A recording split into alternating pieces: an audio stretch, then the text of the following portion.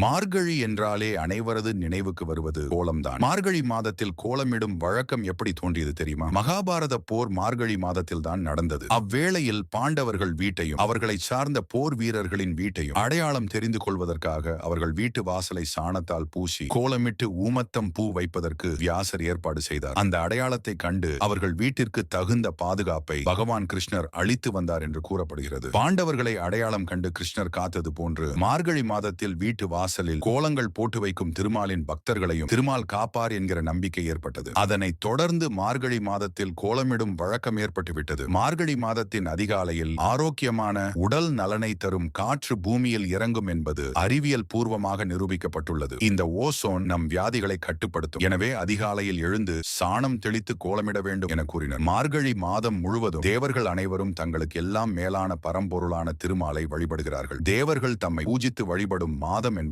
தான் பகவான் கிருஷ்ணர் மாதங்களில் தாம் மார்கழியாக இருப்பதாக சொல்லியிருக்கிறார்.